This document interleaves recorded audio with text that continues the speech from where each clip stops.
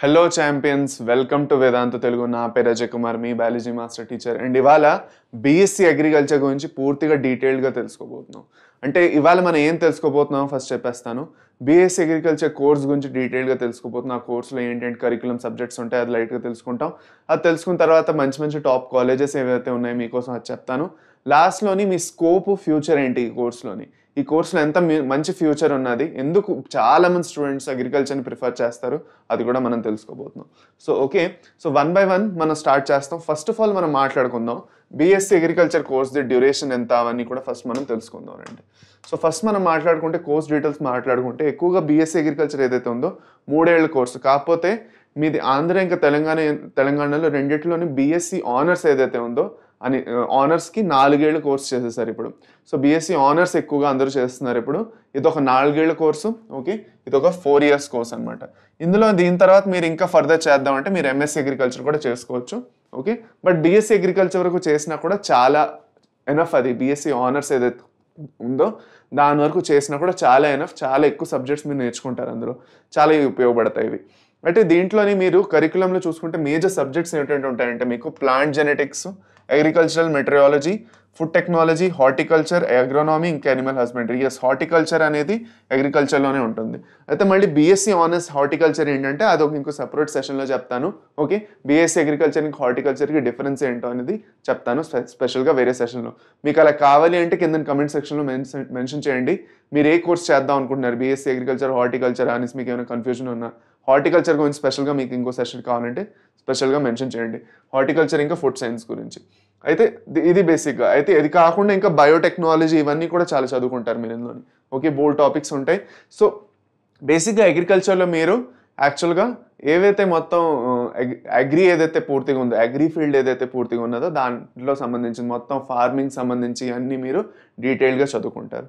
So దీంట్లో top colleges మనం మాట్లాడుకుంటే ఓకే, ఆంధ్రాలో మనం చూసుకుంటే ఏదైతే ఆచార్య ఎన్జి రంగా అగ్రికల్చర్ యూనివర్సిటీ ఏదైతే ఉందో, సో దాంట్లో చూసుకుంటే అగ్రికల్చర్ కాలేజ్ బాపట్ల శ్రీకాకుళంలో ఉంది. దాని తర్వాత నాయరా శ్రీకాకుళం డిస్ట్రిక్ట్, బాపట్ల గుంటూరు డిస్ట్రిక్ట్, దాని తర్వాత శ్రీకాకుళం డిస్ట్రిక్ట్లో ఒకటి రాజమండ్రిలో ఉంది, ఇంకోటి తిరుపతి, లాస్ట్ మహానందిలో కర్నూలులో ఒకటి ఉన్నది.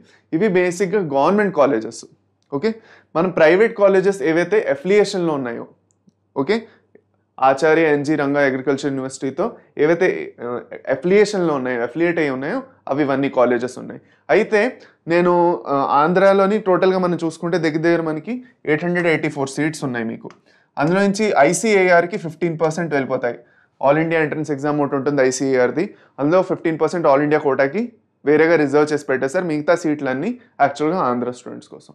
ఫర్దర్ చూసుకుంటే తెలంగాణలో మనకి టోటల్గా 960 సీట్స్ ఉన్నాయి. ఓకే, తెలంగాణలో టాప్ కాలేజెస్ 5 కాలేజీలు ఉన్నాయి, 5-6 కాలేజీలు ఉన్నాయి. కాలేజ్ ఆఫ్ అగ్రికల్చర్ రాజేంద్ర నగర్లోని, దాని తర్వాత అశ్వరావుపేట, దాని తర్వాత జగ్తియాల్లోని, ఒకటి పాలెం, దాని తర్వాత వరంగల్, ఇంకోటి సిరిసిల్ల. ఈ జాగాల్లోని మీకు గవర్నమెంట్ కాలేజెస్ ఇవన్నీ. ప్రైవేట్ కాలేజెస్ బోల్డ్ మళ్ళీ అఫిలియేటెడ్ కాలేజెస్ ఉన్నాయి. అయితే వీటిది కట్ ఆఫ్ కేటగిరీ వైజ్ నేను ఆల్రెడీ డిస్కస్ చేశాను. ఆ సెషన్ మీరు ఆల్రెడీ చూడకపోయి ఉంటే కింద పిన్ కామెంట్స్లో వెళ్ళండి, లేదంటే డిస్క్రిప్షన్లో వెళ్ళండి. ఎక్కడైనా మీరు వెళ్ళినా నేను ఆ సెషన్ ఇక్కడ కింద డౌన్లో పిన్ చేసేస్తాను, వెళ్ళి మీరు ఆ వీడియో అక్కడ చెక్ చేసుకోవచ్చు. అక్కడ కేటగిరీ వైజ్గా అగ్రికల్చర్ ఇంకా వెటనరీ రెండిట్లోని టాప్ కాలేజెస్, ఇంకా వాటిలో కేటగిరీ వైజ్ కట్ ఆఫ్ ఏంటనేది నేను క్లియర్గా ఆ వీడియోలోని ఎక్స్ప్లెయిన్ చేశాను. సో అది మీకు తెలుసుకుందాం అంటే కింద కమెంట్ సెక్షన్లో వెళ్ళి మీరు చెక్ చేసుకోవచ్చు. ఫర్దరు నేను ఫ్యూచర్ ఇంకా స్కోప్ గురించి మనం మాట్లాడుకోవాలి. దీంట్లో అగ్రికల్చర్ కోర్స్ ఏదైతే ఉందో ఫ్యూచర్ ఇంకా స్కోప్ గురించి మాట్లాడుతుంటే ఆల్రెడీ తెలుసు, అందరికీ ఐడియా ఉంది. First and the foremost priority ఏదైతే అగ్రికల్చర్లో ఉందో అది గవర్నమెంట్ జాబ్స్. చాలా ఎక్కువ క్వాంటిటీలో, ఎక్కువ నెంబర్స్లో గవర్నమెంట్ జాబ్స్ ఉన్నాయి అగ్రికల్చర్ ఫీల్డ్లోని. మీరు రూరల్ అవనండి, అర్బన్ సెట్టింగ్స్ అవనండి, ఎక్కడికి వెళ్ళినా కూడా మీకు గవర్నమెంట్ జాబ్స్ అయితే గ్యారంటీగా ఇందులో చాలా ఎక్కువగా ఉన్నాయి.